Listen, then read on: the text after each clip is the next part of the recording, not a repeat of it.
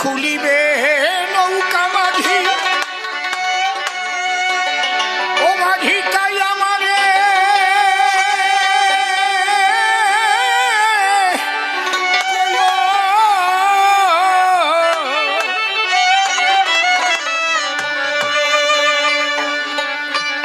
ওরে পিছনে পড়ে যাই যদি দয়াল, আরে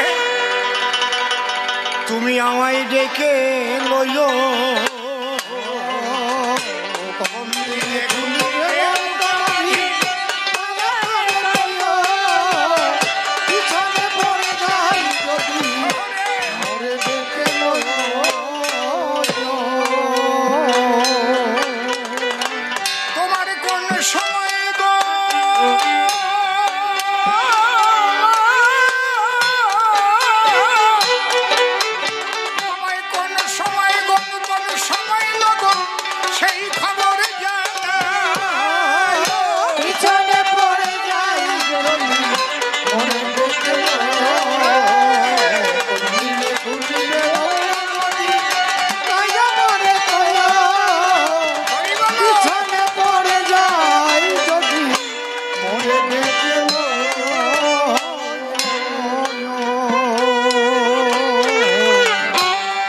প্রেমানন্দ রে।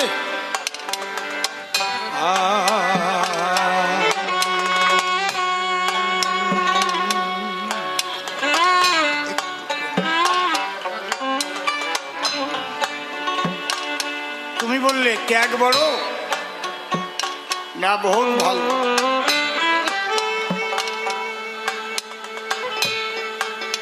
যদি করার মতো করতে পারে সব নাই ভালো, কিন্তু সবকিছুর মধ্যে তোমার ত্যাগ থাকতে হবে। ত্যাগের উপরে শ্রেষ্ঠ কিছু নাই। কেন?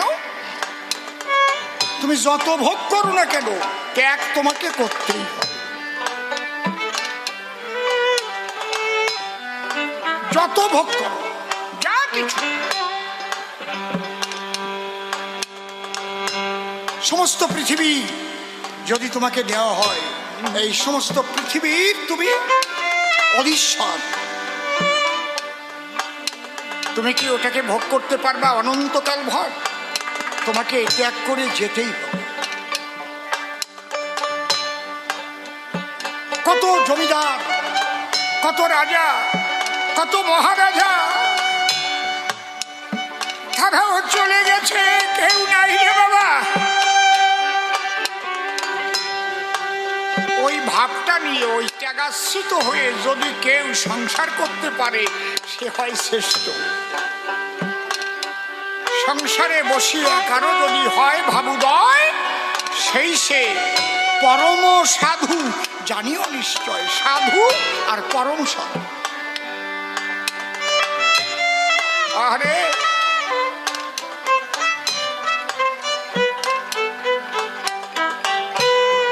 আমি অসীম সরকার কবি গান গাইছি, ছোট ছোট বাজাও। আমার কবি গানের গুরুদেব প্রয়াত শ্রদ্ধেয় রসিকলাল সরকার মহাশয়। তারপরে আমি আর একজনকেও শ্রী ঠাকুর ভবা পাগলার নির্দেশে, যদিও তিনি গুরু বলতে বলেননি, কিন্তু আমি তাকে গুরুর মতোই ভেবেছি সবসময়। তিনিও নেই দেহ ধরে, তিনি হচ্ছেন শ্রদ্ধেয় অমূল্য রতন সরকার। দুটো নক্ষত্র ছিল, ভালো করে দেখে নিস।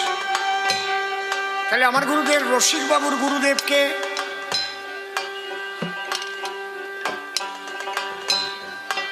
রসিক বাবুর গুরুদেব আমার দাদুগুরু পাগল বিজয় সরকার। পাগল বিজয় সরকারের গুরুদেবকে রাঙা কর্তা বলতো সবাই, মনোহর সরকার। শ্রদ্ধেয় মনোহর সরকারের গুরুদেবকে কবি রসরাজ তারক গোসাই।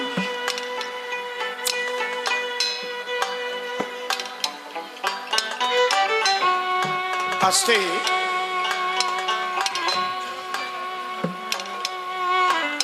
আপনারা গণেশ পাগল কেষ্ট খেপার নাম শুনেছেন? কারা কারা শুনছেন একটু হাত তোলেন। গণেশ পাগল কেষ্ট খেপা কদমবাড়ি মেলা হতো, এখনো হয়, শুনেছেন তো নাকি?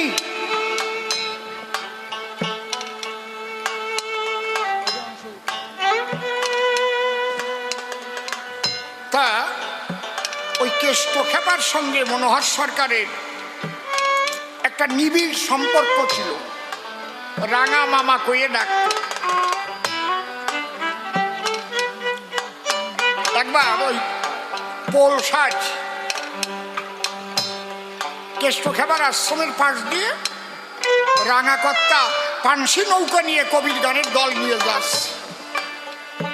হঠাৎ গণেশ পাগল ডাক দিয়েছে, রাঙা মামা আজকে তোর গান নাই, একটু এই জায়গায় ঠাকুরজি গান শুনে যাও। গণেশ পাগল যদি বলে ফেরার ক্ষমতা কারো নাই সেই কালে। পানসি ঘুরা ঘাটে নামাইয়ে দলবল নিয়ে রান্নাবাড়ি হয়েছে, খেয়ে দিয়ে বসে আছে।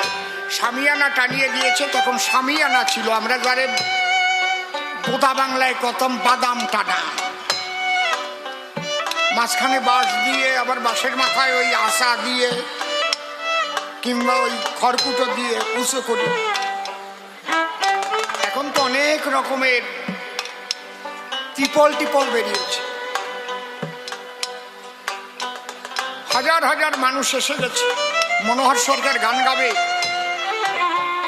তাই গণেশ পাগল চিন্তা করলো ওদের দলের তো একটা খরচা আছে, লোকজন এখানে আসবে, সবাই কিছু পয়সা করি দেবে, ওই দিয়ে ওদের দল মিটাবো। কিন্তু সেদিন গানের এমন পরিবেশ হয়েছে রে ভাই, কেউ এক টাকাও দেয় নাই, দিতি মনেই নাই, সব কান্তি কান্তি বাড়ি চলে গেছে।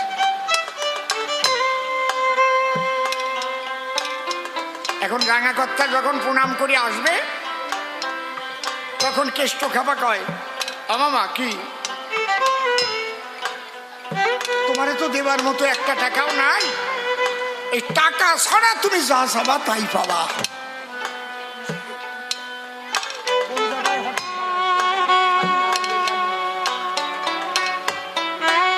টাকা ছাড়া যা চাবা তাই পাবা। মনোহর সরকার ভাবে তাই জীবনে এমন সুযোগ কোনোদিন পাই নাই, আমি যা চাবো তাই দেবা। বলে হ্যাঁ দেব। রাঙাকর্তা ডেকে কয়, প্রণামিয়ে কেষ্ট খেপার কয়, পাগল বলি তব ঠাই আমি তোমাকে চাই। ওই আশ্রম ফেলায় রেখে রাঙাকর্তার পানসি নৌকায় উঠে চলে গেল দুর্গাপুর বাড়ি। ওই দুর্গাপুরেই কিন্তু কেষ্ট খেপা দেহ রেখেছে। বাক্য বাক্য সব ফেলাই দিয়ে চলে গেল। তাই যখন রাঙাকর্তা গান গাইতে যেত, তার বসার সাথে গান ওনার গুরুদেব এই নির্বল যেমন আমার সাথে গান গাইতে হয়েছে। যখন রাঙাকর্তা কেষ্ট খেপারে প্রণাম করিয়ে গান গাইতে বেরোচ্ছে, কেষ্ট খেপা আবার মনোহর সরকারের প্রণাম দিয়েছে। কয়ে কি করবো পাগলে, কয়ে প্রণাম তোমার নয়, এই প্রণামটা পৌঁছাই দেবা তোমার গুরু তারককর্তার পায়। তখন ওই প্রণাম আসলে বান্ডিয়ে হয়। যখন গুরুদেবের কাছে গেছে, দেখা হওয়ার সঙ্গে সঙ্গেই প্রণাম দিয়েছে, মনোহর ভালো থাকো। প্রণাম দেওয়া ওঠার পরে আবার যখন প্রণাম করতে গেছে গুরুদেবের, দাঁড়া মনোহর, প্রণাম দিচ্ছ কেন দুইবার? কয় এ প্রণাম আমার নয়, কেষ্ট খেপা পাঠাইছে দিতে তোমার পায়।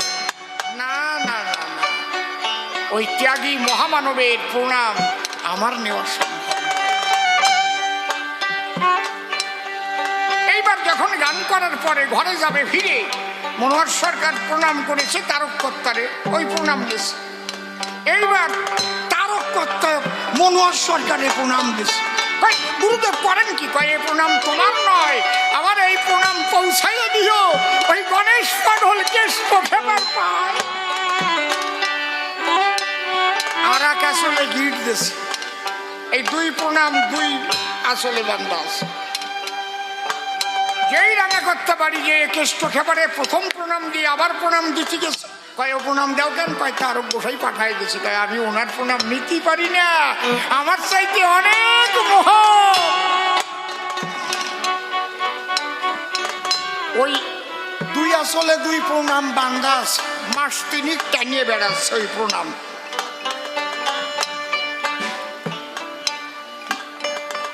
তাই রাঙাকর্তার বাসভবনে বাৎসরিক উৎসব হতো।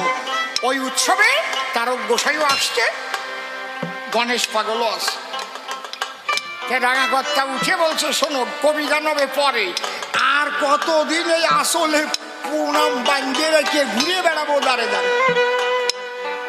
এই দুইজন দাঁড়াইয়ে কোপ কে কার চাইতে বড়?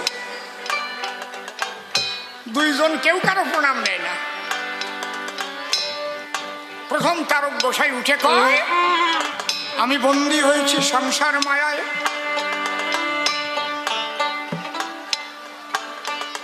আমার মতো আধম কেউ নাই, আমার গণেশ পাগল কেষ্ট খেপা যিনি, সমস্ত বন্ধন মুক্ত হয়ে তিনি প্রেমানন্দে কৃষ্ণ বলে সেই আনন্দের দিকে ধাবিত হয়েছে। যেই এই কথা বলেছে, কেষ্ট খেপা লাভ দিয়ে উঠে দাঁড়াইছে। দাঁড়া, মিথ্যে কথা কইয়ে না। গোসাই মনে করে দুইজন লোক হাঁটা দিল, একজনের হাতে কিচ্ছু নাই, খালি হাত, আর একজনের মাথায় 2 মণ ধান আছে। কেডা আগে যেতে পারবে? যদি দুইজনে একসাথে যাই একেবারে এক সময় হাজির হয়, কও তাহলে শ্রেষ্ঠ কিনা হবে? যে খালি হাতে হাঁটা গেছে, না যে 2 মণ ধানের বস্তা নিয়ে হাঁটা গেছে? কও তোমরা, কও ছোটা যারা কয় যে ধানের বস্তা নিয়ে গেছে সেই তো বড় হবে। কয় আমার কিচ্ছু নাই, আমি বিয়ে করি নাই, কিচ্ছু করি নাই, কিন্তু চেয়ে দেখো তারক গোসাই মাথার উপরে কত বড় বোঝা নিয়ে সে আমার আগে আগে চলছে। প্রেমানন্দে হরিবল বল।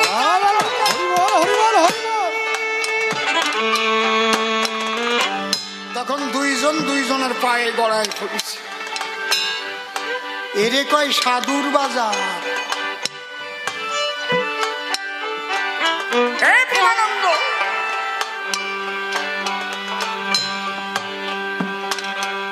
ত্যাগ তোমার অন্তরে থাকতে হবে, কারণ তোমার সবসময় মনে রাখতে হবে চিরকাল আমি এই জগতে থাকবো না, চলে যেতে হবে। কোন দিনে খুলিবে নৌকা বাঁধি, তাই আমারে কইও, পিছনে পড়ে যাই যদি দয়াল আমায় রেখে লইও। কোন দিনে খুলিবে নৌকা বাঁধি,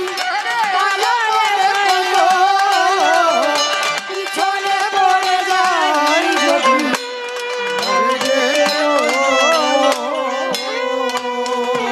তোমার কোন সময়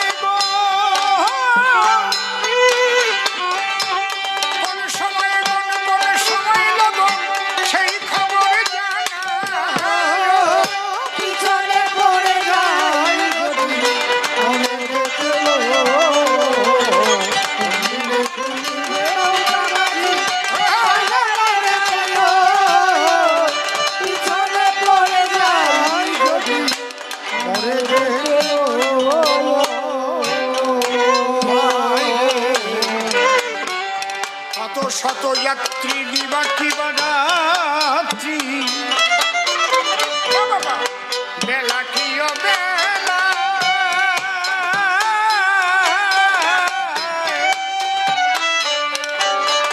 এই ভব পারাবার হব পারাবার, তোমার দেওয়া খেওয়া না।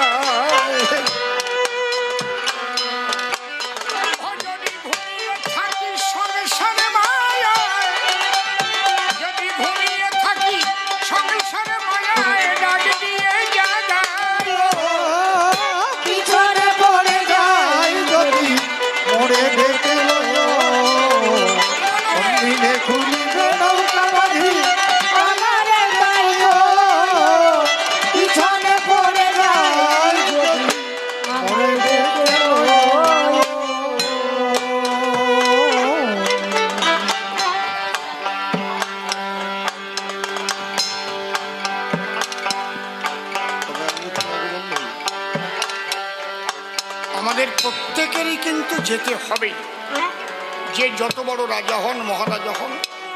এই জন্য মহাভারতে লিখেছে, নীতি নীতি জীবগণ যায় যম ঘরে, তথাপি যাহারা থাকে তারা ইহা মনে করে আমরা তো চিরজীবী, নাহি হব ক্ষয়।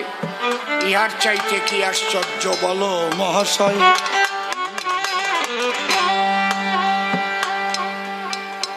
সব চাইতে আশ্চর্য হচ্ছে চোখের সামনে প্রিয়জন মারা যায়,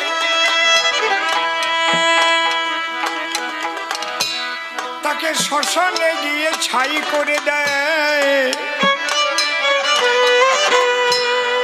কিন্তু তবুও মানুষ বোঝে না আমাকেও চলে যাবে। কবে তুমি আসবে বন্ধু ওরে সাগরে পারের নায়া, কত কালের বিরহী আছি তোমার আশা পথ চাইয়া। তোমার ময়ূর পঙ্খী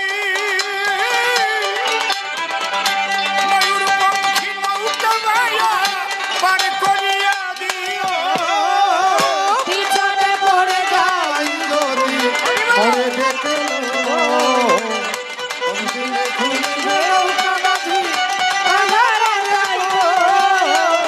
পিছনে পড়ে যাই যদি মরে যেতে।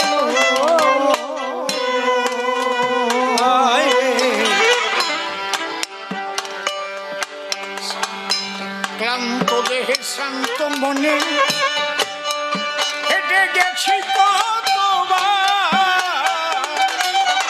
পাগল বিজয় বলে পথ চলতে পারি না কই আমি।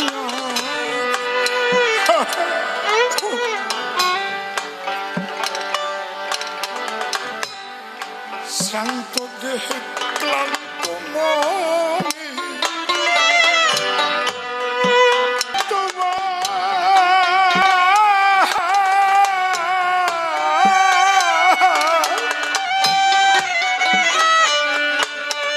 পাগল বিজয় বলে পথ চলতে পারি না কই আমি।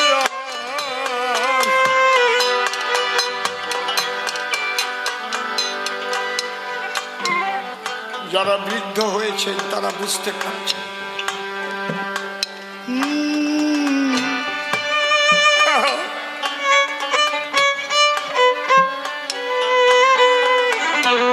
এমন একটা দিন ছিল আপনি 10 মাইল 20 মাইল হাঁটলেও পরিশ্রান্ত হতেন না।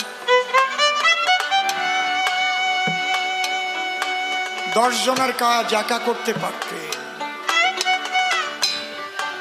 প্রকৃতি একটু একটু করে এত সুন্দর করে আপনাকে সাজিয়েছিল, কিন্তু আবার প্রকৃতি একটু একটু করে সে কিন্তু সব কেড়ে নিয়ে গেছে। এখন আর পারা যায় না। কত আবেগ নিয়ে পাগল বিজয় লিখেছেন এই গান। হে দয়াল দয়াল রে,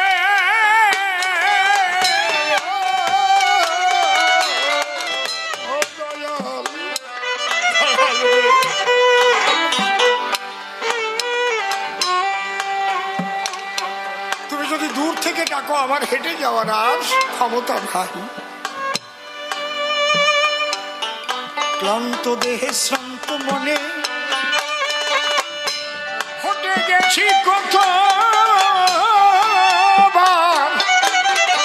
পাগল বিজয় বলে পথ চলিতে পারি না কই আমি। দিলাম তোমার উপর জীবনের ভার, জয় জয় সাধু গুরু বৈষ্ণব আনন্দে হরি হরি হরি বল। দিলাম তোমার উপর জীবনের ভার, দয়া করে বল। পিছনে পড়ে যাই যদি মরে যেতে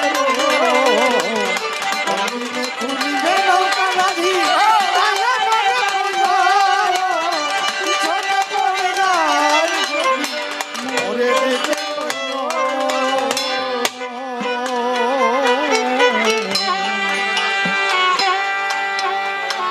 আমাদের সত্য ত্রেতা দাপর করি। কলিতে মূলত গার্হস্থ ধর্মই শ্রেষ্ঠ ধর্ম, কিন্তু মনে রাখবেন সবাই সংসার করবার জন্য জন্মগ্রহণ করে না।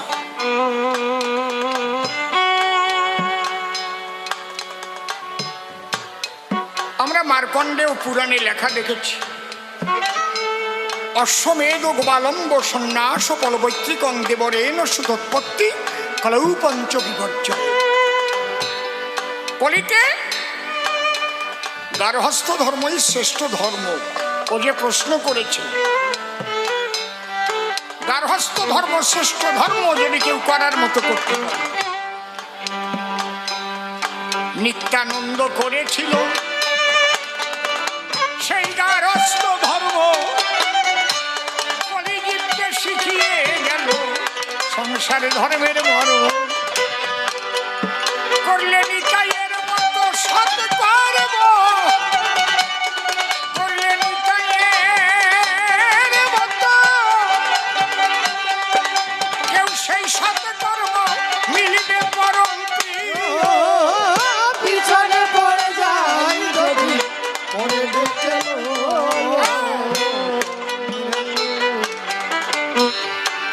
আবার সংসার না করলেই যে শ্রেষ্ঠ হয়ে যায় তা কিন্তু হবে না।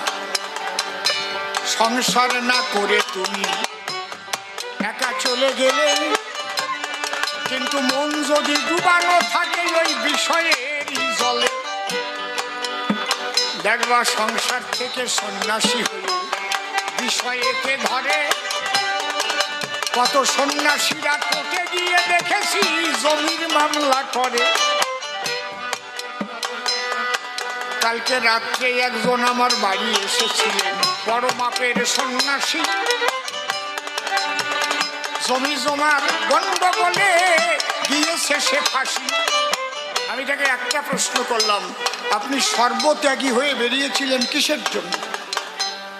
এই জমি জমা নিয়ে মামলা করবেন সেই জন্য? এইটাই আপনার প্রথম ভুল। কার জমি কার ঘর, কার বা বলো বাড়ি, আপনি বেরিয়েছেন পাবেন বলে কৃষ্ণগিরি ধারী। তার কি হলো সেই কথা বলবো, ভেবে দেখো তাই। আমার কথায় ভোগ ধরে গেছে সন্ন্যাসী গোসাই। বলে আমি যেন আজ আমার ব্যাটারি চার্জ পেয়ে গেলাম। বলে হ্যাঁ, কোনো ঝামেলায় যদি আপনি জড়িয়ে পড়েন তাহলে আপনি সন্ন্যাসী না। মন থেকে সব কিছু ত্যাগ করেন নাই, ভেবে দেখেন তাই। শুধু পোশাক পরলে সন্ন্যাসী নয় বলি তো ভাই। হ্যাঁ বাবা প্রেমানন্দ, সংসার করলেই সে ভালো হয়ে গেল তাও না। সংসারে বসে যদি বিষয়ে বাসনায় শুধু সারাটি জন্ম করে বিষয়ের বিষ খায়, স্বামী স্ত্রী মিল নাই, যে সন্তান জন্ম ধরে সেই সন্তানগুলোর দ্বারাই জগতের অকল্যাণ হয়ে পড়ে। এই সংসারে যদি ভালো সন্তান একটা জন্ম লয়, তার দ্বারা বিশ্ব মানবের কত কল্যাণ হয়। রাই গোসাইয়ের মতো একটা সন্তান জন্ম দিয়েছিল, দেখো কত জায়গা প্রেমের মেলা।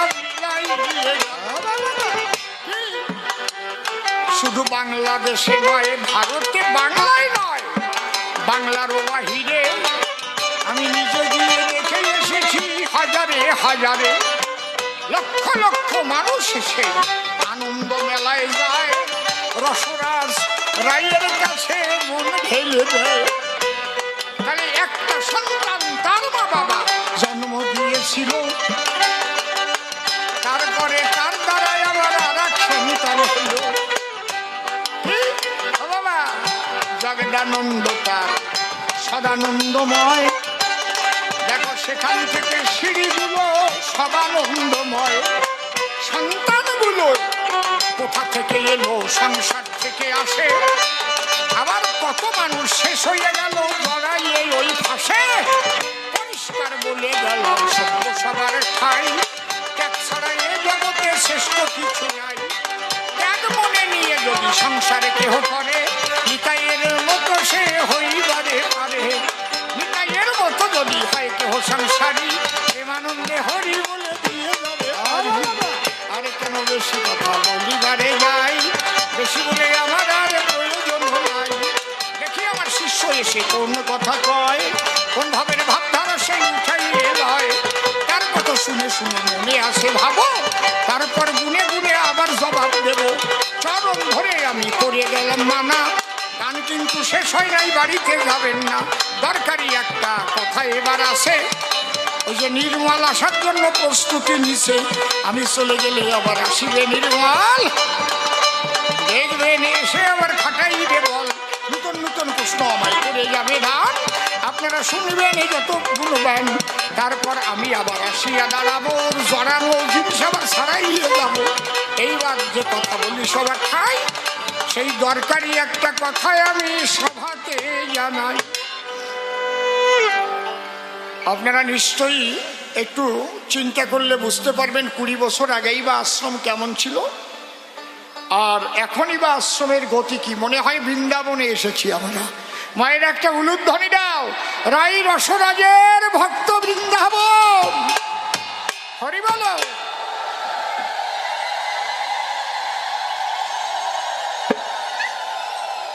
এই ভক্ত বৃন্দাবন রচনার পিছনে আপনাদের